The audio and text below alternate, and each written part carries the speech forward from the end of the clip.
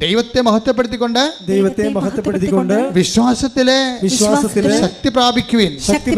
അപ്പൊ വിശ്വാസത്തിൽ ശക്തി പ്രാപിക്കാൻ, ശക്തിയുള്ള വിശ്വാസം, പവർഫുൾ ഫെയ്ത്ത്, എവിടെയെങ്കിലും ഉടമ്പടി ഉണ്ടാക്കി കഴിഞ്ഞാൽ പിന്നെ നമ്മളവിടെ ഉപയോഗിക്കേണ്ട പവറ് ദൈവത്തിൻ്റെ മഹത്വപ്പെടുത്തുന്ന ശക്തിയുള്ള വിശ്വാസമാണ് ഉപയോഗിക്കേണ്ടത്.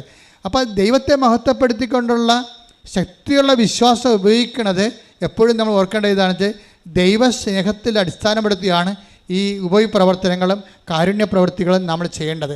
എന്ത് ചെയ്യുന്നു എന്നുള്ളതല്ല, വാട്ട് സ്പിരിറ്റ് ലീഡ്സ് യു.